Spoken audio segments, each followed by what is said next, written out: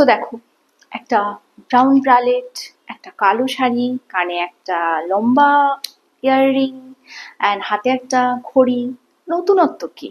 So নতুনত্ব তো অবশ্যই শেয়ার করব। তার আগে ওয়েলকামটা করে নিই। Hey guys, good evening and welcome to my channel tips up back. কেমন আছো তোমরা সবাই? আশা করছি সকলে ভালো আছো, আর তোমাদের ভালোবাসায় আমি তো ভালোই থাকি।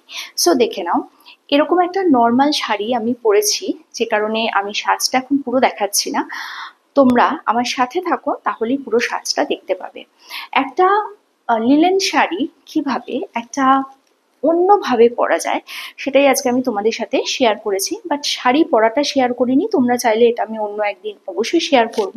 তো আজকে আমি শেয়ার করছি একটু অন্যভাবে তোমাদের সামনে আসার। তো এখনো সাজটা আমার পুরো হয়নি। হ্যাঁ, ব্রালেটের সাথে শাড়িটা পরেছি এরকম ভাবে।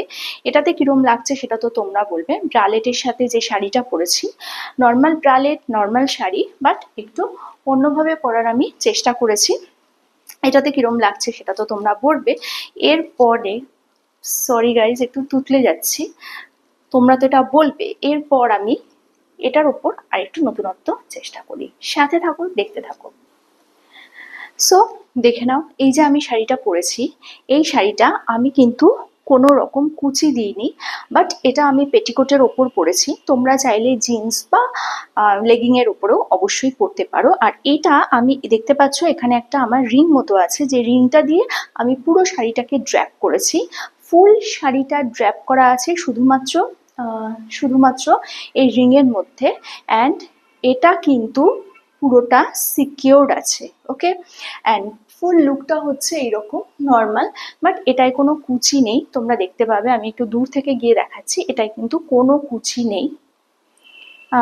আই হোপ তোমরা দেখতে পাচ্ছ যে এটাতে কোনো একটুও কোথাও কোনো কুচি নেই।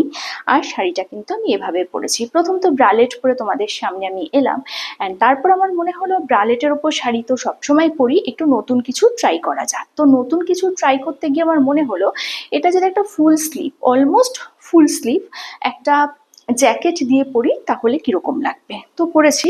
এখন আঁচল নিয়ে তো কেরামতি একটু করতেই হয়, না হলে আর শাড়িটার নতুনত্ব কি থাকে।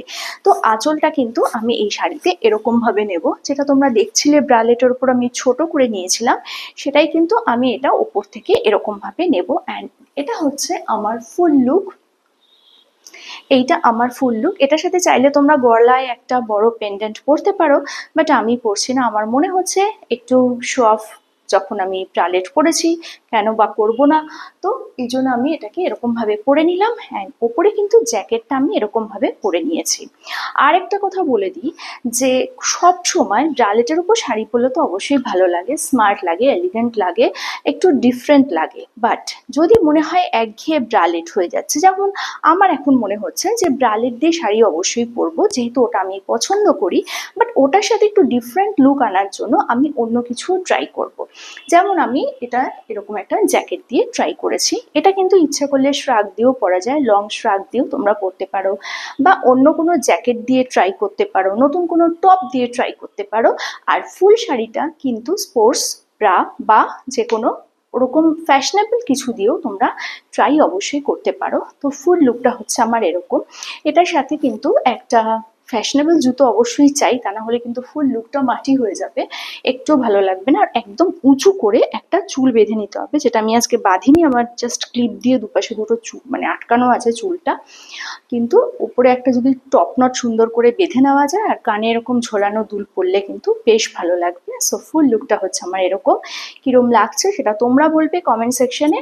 আর সাথে থাকো, পাশে থেকো, প্রচুর প্রচুর শেয়ার করো। কালকে আসবে একটা নতুন ভিডিও নিয়ে। হ্যাঁ, ডিজিটাল বেকার যারা আছে, যারা আমার ভিডিও চুরি করছে, প্লিজ ওখানে গিয়ে রিপোর্ট তো অবশ্যই করবে, আর সাথে সাথে আমাকেও জানাবে। সো কালকে আসবে একটা নতুন ভিডিও নিয়ে, ততক্ষণের জন্য